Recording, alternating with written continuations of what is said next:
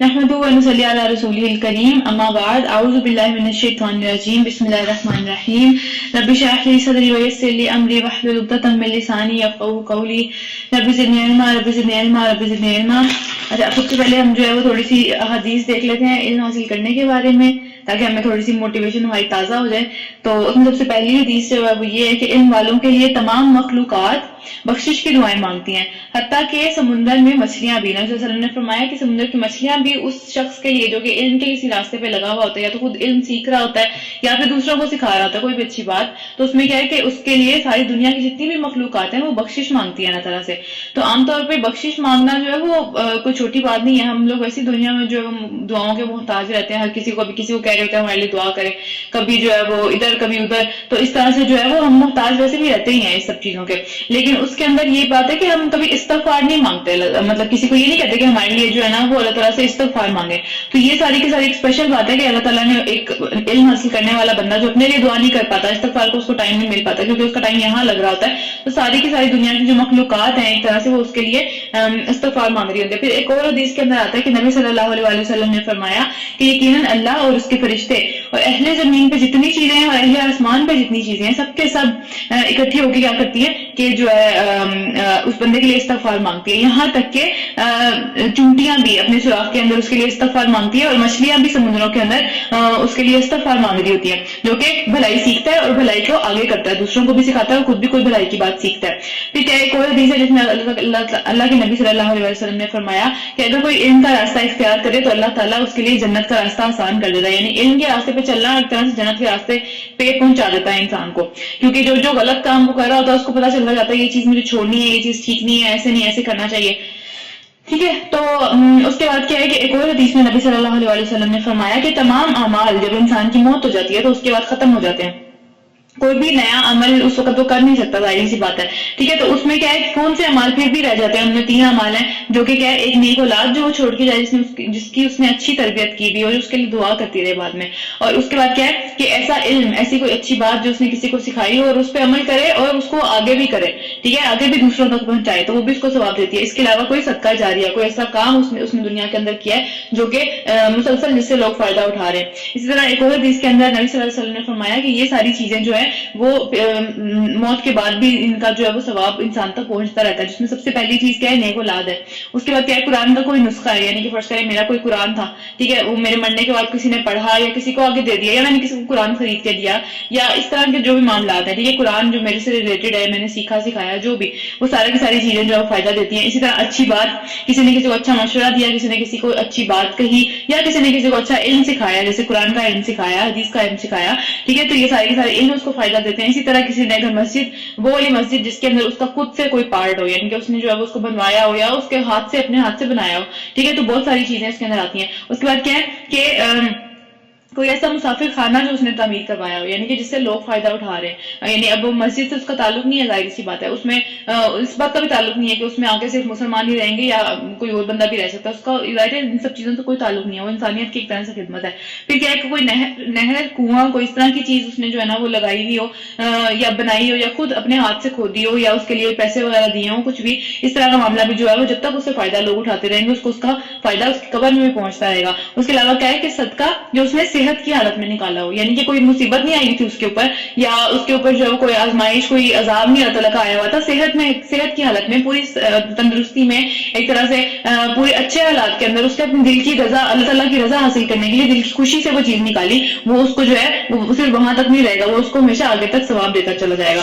تو یہاں سے جو ہے وہ ہمیں نوٹس کرنا چاہیے کہ جو چیزیں، جو ٹائم ہم یہاں پہ لگا رہے ہیں، یہاں پہ یہ جو ساری چیزیں ہم لوگ کرتے ہیں، ایک چیز بھی سیکھتے ہیں آگے کرنے کا، ظاہر ہے اس کا حکم ہے ہمارے پاس کہ اس کو آگے کرنا ہے، ٹھیک ہے، تو کیا ہے کہ آگے اسٹینڈ کرنا ہے، خود اس کے اوپر عمل نہیں کرنا، کیونکہ ہم یہ مان کے پڑھیں گے کہ اللہ تعالیٰ کہتے ہیں کہ سب سے پہلی جو ذمہ داری وہ اپنی ہے، ٹھیک ہے، یہ نہیں ہے کہ جو ہے نا پوری دنیا کے اندر تبلیغیں کرتے پھر رہے ہیں لیکن اپنی ذات جو ہے وہ بالکل ہی اس کا اتا پتہ ہی نہیں ہے، ٹھیک ہے، اپنی نمازیں پڑھی نہیں جا رہی، تبلیغ میں ہی سارا ٹائم جائے جا رہا ہے، ایسا نہیں ہے، ٹھیک ہے، اپنی ذات کے اوپر سب سے پہلے توجہ دینی ہے۔ اس کے بعد انشاءاللہ اس کو سٹارٹ کرتے ہیں۔ بسم اللہ الرحمن الرحیم، آیت نمبر 75 سے سٹارٹ کریں۔ ان سے کہو کہ کیا تم اللہ کو چھوڑ کر اس کی عبادت کرتے ہو جو نہ تمہیں فائدہ دے سکتا ہے نہ ہی تمہیں کوئی نقصان دینے کا اختیار رکھتا ہے. یعنی کہ جس کی بھی اللہ کو چھوڑ کے تم عبادت کرو گے تو وہ سارے کے سارے چیزیں کیا ہیں کہ وہ تو ظاہر اپنی ذات کے بارے میں بھی وہ تو فائدہ نہیں اپنا کوئی فائدہ خود کر سکتی, کیونکہ ہر فائدہ جو بھی آتا ہے اللہ کی طرف سے آتا ہے, ہر نقصان جو بھی آتا ہے وہ اللہ تعالیٰ نے پیچھے میں کہا ہے کہ وہ یا تو تمہارے اپنے ہاتھوں کی کمائی ہوتی ہے یا وہ اللہ تعالیٰ کی طرف سے آزمائش ہوتی ہے. ٹھیک ہے, تو وہ اس طرح سے آتا ہے. تو باقی بجائے اس کے کہ مخلوقات سے مانگو, خالق سے مانگنا چاہیے نا, کیونکہ جس سے بھی مانگ رہے ہیں اس کے علاوہ وہ تو ساری مخلوقات ہیں, اللہ تعالیٰ نے پیدا کی گئی ہیں وہ. ٹھیک ہے, وہ ذات نہیں ہے جس نے پیدا کیا ہے, تو جس نے پیدا کیا ہے اس سے مانگنا چاہیے. اللہ کی سب کا سننے والا اور سب کچھ جاننے والا تو اللہ ہی ہے. کہو اے اہل کتاب اپنے دین میں ناحق غلو نہ کرو. یہ غلو ہم نے کل نہیں کچھ دن پہلے بھی پڑھا تھا کہ غلو کرنے کا مطلب کیا ہوتا ہے کہ بہت زیادہ حد سے آگے بڑھ جانا کسی بھی بات میں, چاہے اچھائی میں چاہے برائی میں. جیسے کیا ہے کہ جو یہودی ہیں وہ کس چیز میں بہت آگے بڑھ گئے, اپنی نفرت میں, اپنے کٹر ہونے میں, یعنی بالکل بھی ان کے اندر جو ہے وہ نرمی بالکل بھی نہیں ہے. اور اس کے علاوہ جو عیسائی ہیں وہ نرمی میں اتنے آگے بڑھ گئے کہ ان کے اندر کوئی لا ہی نہیں ہے, انہوں نے ہر طرح کی شریعت کو ختم ہی کر دیا کہ بس نرمی ہے, کچھ بھی نہیں ہے. سختی نام کی تو کوئی چیز ہونی ہی نہیں چاہیے دین کے اندر, تو درمیانہ راستہ اختیار کرنا ہے. ٹھیک ہے, اور ہماری جو امت ہے, نبی صلی اللہ علیہ وسلم کی جو امت ہے, وہ کس طرح سے غلو کرتی ہے کہ وہ بعض پیروں کو, فقیروں کو یا بعض اور لوگوں کو نبی صلی اللہ علیہ وسلم سے بھی اوپر لے جاتے ہیں. ٹھیک ہے, محبت میں, عقیدت میں, ان کی بات ماننے میں, ہر چیز میں. وہ مطلب ان کے لیے حدیث معنی نہیں رکھتی, ان کے لیے اس پیر کی بات یا اس مفتی کا فتویٰ یا اس جو ہے مولوی کی بات, یہ سب چیزیں زیادہ ضروری ہو جاتی ہیں کہ نہیں اس نے کہا ہے, اس نے کچھ پڑھ کے ہی کہا ہوگا. مطلب ایک واضح حدیث سامنے آ گئی ہے کہ بھئی نہیں یہ چیز غلط ہے. ٹھیک ہے, لیکن ہم پھر بھی اس پہ مفتی کو جو ہے نا وہ فوقیت دیتے ہیں, اس کو پرائرٹی دیتے ہیں کہ نہیں اس کی بات ٹھیک ہے, اس نے کچھ سوچ سمجھ کے کہا ہوگا, ہمیں تو پتا کچھ نہیں ہے, اسے ہی سارا کچھ پتا ہے. تو آپ کو کم از کم ایک حدیث تو پتا ہے نا, ایک حدیث کو سمجھنا کتنا مشکل کام ہے. ٹھیک ہے, مطلب ایک واضح طور پہ حدیث سامنے آ گئی ہے, لیکن اس کے بعد بھی لوگ جو ہے وہ صرف مفتیوں کے اوپر اور پیروں فقیروں کے اوپر ہی جاتے ہیں. تو یہ چیزیں غلو کرنا ہے, ایک حد سے آگے بڑھ گئے ہیں ہم. ٹھیک ہے, تو کسی بھی چیز کو آگے نہیں بڑھانا چاہیے. اس کے علاوہ کس چیز میں جو ہے وہ غلو کرتے ہیں کہ نبی صلی اللہ علیہ وسلم کی ذات کو جو ہے وہ نعوذ باللہ اللہ تعالیٰ سے بھی اوپر کر دیتے ہیں کبھی کبھی. ٹھیک ہے, کچھ نعتیں اس طرح کی ہیں یا کچھ لوگوں کا خیال اس طرح کا ہے, جیسے کہ اس طرح کے معاملات بھی ہیں کہ نبی صلی اللہ علیہ وسلم ہمیشہ زندہ ہیں, وہ گلیوں میں چکر لگا, جس طرح کی یہ پتہ ہی ہے ہم سب کو کس طرح کے یہ جو بلیفس ہیں. ٹھیک ہے, تو یہ ساری چیزیں اللہ تعالیٰ مطلب ہر جگہ پہ پریزنٹ ہے, نبی صلی اللہ علیہ وسلم ہر جگہ پریزنٹ نہیں ہے, یہ ہمیں پتہ ہے اس چیز کا. ٹھیک ہے, تو اللہ تعالیٰ کی ذات کے مقابل کھڑے کر دینا ہے کسی کو یا پھر جو ہے وہ ان سے بھی اوپر لے جانا, تو یہ سب چیزیں جو ہے وہ غلو میں آتی ہیں. تو اللہ تعالیٰ اہل کتاب کو کہہ رہے ہیں کہ اپنے دین میں ناحق غلو نہ کرو, یعنی کہ جس چیز کی کوئی اللہ تعالیٰ نے دلیل نہیں دی اس چیز کو جو ہے وہ دین میں شامل نہیں کرو. اور پھر کیا ان لوگوں کی خواہشات کی پیروی نہ کرو جو تم سے پہلے خود گمراہ ہوئے ہیں, اور انہوں نے بہت کثیر تعداد میں لوگوں کو بھی گمراہ کیا ہے. اور پھر کیا ہوا ہے کہ سب کے سب یہ سارے مل کے جو ہے وہ سیدھے راستے سے بھٹک گئے ہیں. تو اصل میں کیوں انسان جو ہے ان سب چیزوں کی پیروی کرتا جاتا ہے, کیونکہ وہ بچپن سے گھروں میں یہ چیزیں دیکھ رہا ہوتی ہے. ٹھیک ہے, وہ اس چیز کو کوشچن نہیں کرتا کبھی بھی کہ یہ کیوں ہو رہا ہے, اس کا مقصد کیا ہے, کیونکہ وہ بچپن سے ہی جہاں وہ آنکھ کھولتا ہے اس گھر کے اندر ہی وہ سب کے سب اسی طرح سے طریقے چلتے چلے جا رہے ہوتے ہیں. تو اللہ تعالیٰ کہہ رہے ہیں کہ صرف یہ کام اس لیے نہ کرو کہ تم سے پہلے جو لوگ خود گمراہ ہو گئے تھے, یعنی وہ تو اپنے انجام تک پہنچ گئے, جنہوں نے یہ رسمیں چلائی, جنہوں نے یہ معاملات شروع کیے, وہ تو پہنچ گئے اپنے انجام تک اللہ تعالیٰ تک. ٹھیک ہے, لیکن اس کے بعد جو پیچھے اتنی بڑی نسل ان کے پیچھے تباہ ہوتی چلی جا رہی ہے اور گمراہ ہوتی چلی جا رہی ہے, وہ مطلب اس کا ذمہ کس کے پاس ہے؟ ایک حصہ ان کے گناہ کا ظاہری سی بات ہے اس انسان کو بھی جاتا ہے جس نے وہ شروع کیا. ہم پڑھ چکے ہیں اس بات کے بارے میں, جو گناہ میں تعاون کرتا ہے اس کا حصہ اس تک جاتا ہے پورا جیسے اس نے کیا وہ کام. ٹھیک ہے, اور جس نے روکا بھی نہیں اس کو بھی جاتا ہے وہ, کہ اس نے دیکھا یہ کام ہوتا ہے, اس کو پتا چلا کہ یار کسی طرح اس نے کوشش بھی نہیں کی, اس نے دعا بھی نہیں کی, اس نے کسی درجے میں بھی کوشش نہیں کی. یعنی کہ دیکھیں نا, ایک تو یہ کوشش ہے کہ وہ بندہ ہاتھ سے روک دے, جس طرح ہم پڑھتے ہیں ایمان کے 3 درجے.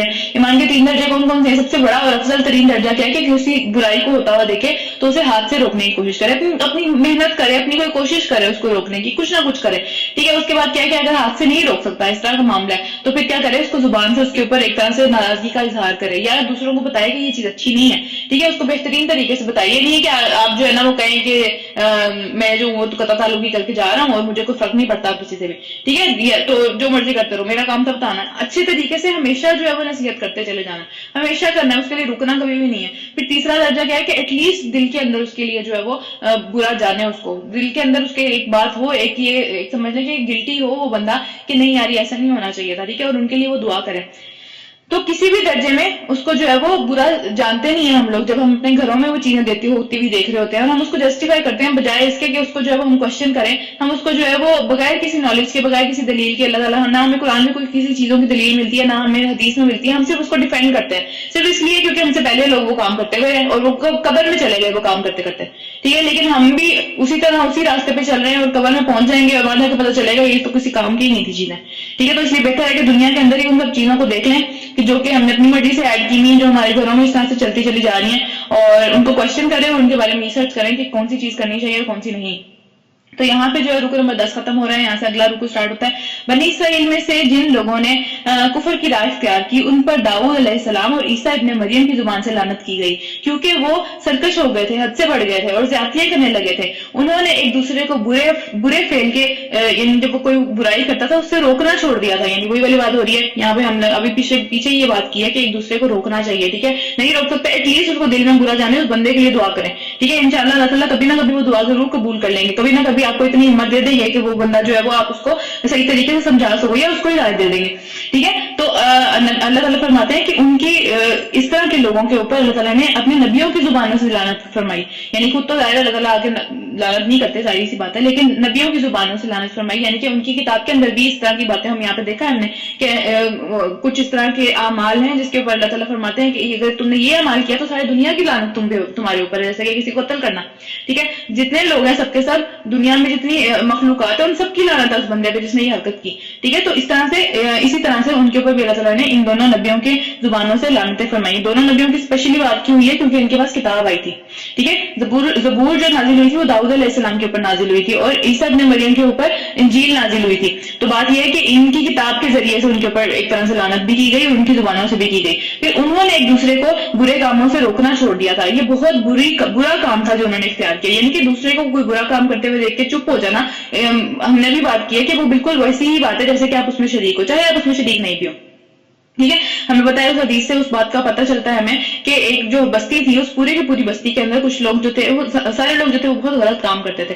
تو لیکن اللہ تعالیٰ نے ان سب کو عذاب دے دیا. تو پھر فرشتوں نے پوچھی اللہ تعالیٰ سے یہ بات کہ ان سب کے اندر جو تھے وہ کچھ نیک لوگ بھی تھے, ان کو بھی عذاب, مطلب ان کو کیوں عذاب دیا؟ تو اللہ تعالیٰ نے فرمایا کہ ان کو اس لیے عذاب دیا کیونکہ وہ برائی سے روکتے نہیں تھے, ٹھیک ہے. اور اس کے اندر کچھ ایسے لوگ بھی تھے جو برائی سے روکتے تھے, اللہ تعالیٰ نے صرف ان کو بچایا. یعنی کہ جو برائی سے روکتے نہیں تھے اور خود بھی گناہ نہیں کرتے تھے وہ بھی عذاب میں نپٹے گئے ساتھ ہی. تین طرح کے لوگ تھے نا, ایک تو تھے وہ جو روکتے بھی نہیں تھے اور خود گناہ میں مصروف تھے, اور دوسرے وہ لوگ تھے جو کہ روکتے نہیں تھے لیکن خود گناہ بھی نہیں کرتے تھے, یعنی کہ ایک طرح سے درمیان میں تھے اپنی طرف سے, اور تیسرے وہ لوگ تھے جو گناہ بھی نہیں کرتے تھے اور کوششوں میں لگ رہتے تھے کہ لوگ بھی بچ جائیں کسی طرح سے. تو اللہ تعالیٰ نے ان لوگوں کو بچایا جو کہ تیسری قسم کے لوگ تھے, جو خود بھی گناہ نہیں کرتے تھے اور دوسروں کی بھی ان کو فکر تھی. سیلفشنس نہیں ہے دین کے اندر کہ بس میں رک لوں باقی مجھے کوئی فرق نہیں پڑتا, ٹھیک ہے, میں کیا کروں, میں تو کچھ نہیں کہہ سکتی, اپنی مرضی ہے ان کی. ہمارا آج کل ایٹیٹیوڈ یہی ہے, کرتا ہے تو کرنے تو بس کیا, ٹھیک ہے, اس کا مسئلہ ہے, ٹھیک ہے. تو یہ والا ایٹیٹیوڈ جو ہے یہ بڑا خطرناک ہے, آگے جا کے مسئلہ کر سکتا ہے یہ, ٹھیک ہے, اور دنیا میں بھی مسئلہ کر سکتا ہے. تو چلیں آگے چلتے ہیں کہ اللہ تعالیٰ کہتے ہیں کہ بہت ہی برا یہ عمل ہے جو کہ وہ کر رہے ہیں, یعنی کہ جو دوسرے کو نہیں روک رہے, اپنی ذات میں ہی مگن ہے, تو یہ اچھی بات نہیں ہے. تو آج تم ان میں بہت سارے لوگ ایسے دیکھتے ہو جو اہل ایمان کے مقابلے میں کفر کی حمایت کرتے ہیں, ٹھیک ہے. یعنی کہ وہ ان کو پتہ ہے کہ دین کیا ہے, ظاہری سی بات ہے, ہمیں پتہ ہے دین ہی ایک ہی طرح کا دین چلتا چلا آ رہا ہے, لیکن وہ اس کے مقابلے میں کفر کی حمایت کرتے ہیں. یقیناً بہت برا انجام ہے جس کی تیاری ان کے نفسوں نے ان کے لیے کر رکھی ہے. یعنی کہ نفس کام کرتے ہیں نا, تو وہ اپنے لیے جو چیزیں تیار کریں وہ بہت برا انجام ہے. اللہ ان پر غضب ہو گیا, بہت زیادہ غصہ ہے اللہ تعالیٰ کو ان کے اوپر, اور وہ ہمیشہ عذاب میں رہنے والے ہیں. اللہ تعالیٰ ہم سب کو ایسے اس طرح کی جو معاملات ہیں ان سب سے بچا کے رکھیں, اللہ تعالیٰ ہمیں اپنی رحمت کے سائے میں رکھیں.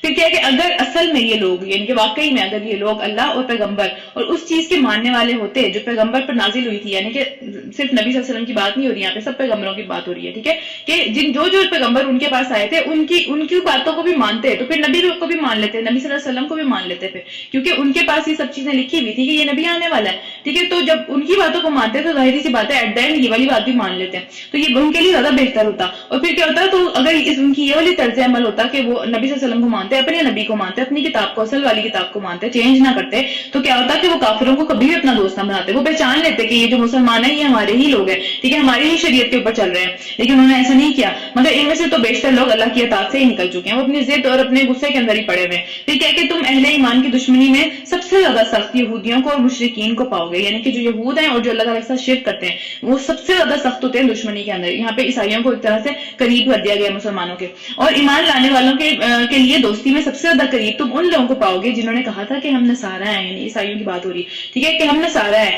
یہ اس وجہ سے ہے کہ ان میں بہت سارے عبادت گزار عالم اور دنیا کو چھوڑ کے مطلب اپنی باتوں میں لگے رہتے ہیں. ہم دیکھتے ہیں یہ جو فادرز ہوتے ہیں یا پھر یہ جو یہاں پہ سسٹرز ہوتی ہیں, ان کی جو ننز ہوتی ہیں, ساری زندگی یہ لوگ شادیاں نہیں کرتے. مطلب میں صحیح والوں کی بات کر رہی ہوں, جو کہ 2 نمبریاں کری تو میں ان کی بات نہیں کری, ٹھیک ہے. تو وہ کیا کرتے ہیں کہ وہ ساری زندگی اپنی جو ہے وہ اس کام کے لیے لگا دیتے ہیں اللہ تعالیٰ کی طرف سے. اللہ تعالیٰ نے اس کام سے منع کیا, لیکن بات یہ ہے کہ اس کی وجہ سے, اس کام کی وجہ سے ان کے اندر جو ہے وہ ایک طرح سے غرور نہیں ہوتا. وہ ان کو پتا ہوتا ہے ہماری زندگی کا مقصد ہی اللہ تعالیٰ کی ذات ہے, تو کیا کہ ان میں غرور نہیں ہے. اس وجہ سے وہ جو ہے وہ دوستی میں دل کے قریب ہوتے ہیں, وہ دوسروں کا احساس کرنے والے لوگ ہوتے ہیں. پھر کیا کہ جب وہ اس کلام کو سنتے ہیں, یہاں سے 7واں پارہ سٹارٹ ہو رہا ہے وَإِذَا سَمِعُوا سے, وہ جب اس کلام کو سنتے ہیں جو کہ رسول اللہ صلی اللہ علیہ وسلم پر نازل کیا گیا ہے, یعنی کہ یہ سیم اسی کانٹیکسٹ میں ساری بات ہو رہی ہے, عیسائیوں کی بات ہو رہی ہے.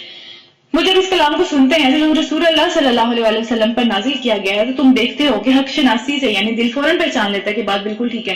تو کیا ہے کہ اثر سے ان کی آنکھوں سے آنسو نکلنے پڑ جاتے ہیں, اور وہ بول اٹھتے ہیں, یعنی بے اختیار بول اٹھتے ہیں, جان بوجھ کے نہیں بولتے, بے اختیار بول اٹھتے ہیں کہ پروردگار ہم ایمان لے کے آئے, ہمارا نام گواہی دینے والوں میں لکھ لے. اور کہتے ہیں کہ آخر کیوں نہ ہم اللہ تعالیٰ پر ایمان لے کے آئیں, اور جو حق ہمارے پاس آیا ہے اسے کیوں نہ مان لیں, جبکہ ہم اس بات کی خواہش رکھتے ہیں کہ ہمارا رب ہمیں صالح لوگوں میں شامل کرے, ہمیں اچھے لوگوں میں شامل کر دے, ہمارا انجام اچھے لوگوں کے ساتھ ہو, ٹھیک ہے. تو یہاں پہ انہوں نے اینڈ پہ جو بولا تھا وہ تھا یقولون ربنا آمنا فاکتبنا مع الشاہدین, یعنی کہ اللہ تعالیٰ ہمیں شہادت دینے والوں میں سے لکھ لے. تو ابن عباس فرماتے ہیں کہ یہ جو شہادت دینے والے ہیں, شاہدین ہیں, وہ کون ہے؟ وہ محمد صلی اللہ علیہ وسلم اور ان کی امت کے لوگ ہیں, کیونکہ وہ گواہی دیتے ہیں اللہ کے ایک ہونے پہ, اور وہ گواہی دیتے ہیں محمد صلی اللہ علیہ وسلم کا آخری نبی ہونے پہ اور ان کی شریعت کے سچے ہونے پہ, ٹھیک ہے. تو انہوں نے یہ دعا یعنی آج بھی وہ لوگ جو کہ عیسائیوں میں سے یہ بات پڑھتے ہیں, اور اسپیشلی اس وقت کی بات ہو رہی ہے, ہم سب کو میرے والا نجاشی کا پتہ ہے. نجاشی جو تھے وہ حبشہ کے بادشاہ تھے, جہاں پہ مکہ سے پہلے کچھ لوگوں نے ہجرت کی تھی, کیونکہ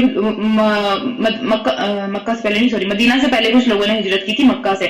تو مکہ میں کیونکہ اتنی زیادہ ظلم کر رہے تھے لوگ سب کے اوپر, ٹھیک ہے, اسلامی معاملات چل رہے تھے, تو نبی صلی اللہ علیہ وسلم کو اللہ تعالیٰ نے حکم دیا کہ تم میں سے جو جہاں پہ بھی اپنی بہتر جگہ پاتا ہے اس کو چاہیے کہ وہاں پہ ہجرت کر جائے. تو سب سے پہلا جو مقام ایک طرح سے نظر آیا تھا وہ حبشہ کا مقام نظر آیا تھا, کیونکہ وہاں کا جو بادشاہ تھا وہ بہت زیادہ نرم دل تھا, نجاشی نام تھا ان کا, ٹھیک ہے. تو وہ جو تھے وہ بہت زیادہ نرم دل تھے. تو جب وہ وہاں پہ یہ کچھ مسلمان وہاں پہ گئے اور وہاں پہ جا کے جو ہے وہ انہوں نے کہا کہ بھائی ہمیں آپ کی پروٹیکشن کی ضرورت ہے, مطلب ریفیوجی تھے وہ ایک طرح سے وہاں پہ, ٹھیک ہے. تو انہوں نے کہا کہ ہمیں آپ کی پروٹیکشن کی ضرورت ہے, ہماری قوم ہمارے پیچھے پڑی ہوئی ہے. تو کیا ہوا کہ ان کی قوم سے, مکہ سے بھی کچھ لوگ جو تھے وہ وہاں پر آ گئے, اور انہوں نے کہا کہ یہ ہمارے پاس گھوڑے ہیں, یہ ہمارے سے نکل کے بھاگ گئے ہیں, انہیں ہمیں واپس کرو, ٹھیک ہے, ہم ان کے ساتھ جو بھی معاملہ ہے وہ کریں گے. تو کیا ہوا کہ جو نجاشی تھے انہوں نے کہا کہ تم کیوں, کیا مسئلہ ہے تم لوگوں کے درمیان میں, کیا معاملہ ہے آپس میں, کیوں لڑائی ہے. تو پھر کیا ہوا کہ حضرت جعفر تیار جو تھے وہاں پہ, انہوں نے جو ہے سورہ مریم کی تلاوت کی تھی. ہم پہلے بھی پڑھ چکے ہیں شاید, جنہوں نے وہ تفسیر دوسری والی اٹینڈ کی تھی کہف کی, تو ان کو پتا ہوگا کہ سورہ مریم بہت انیشیل صورتوں میں سے ایک صورت ہے,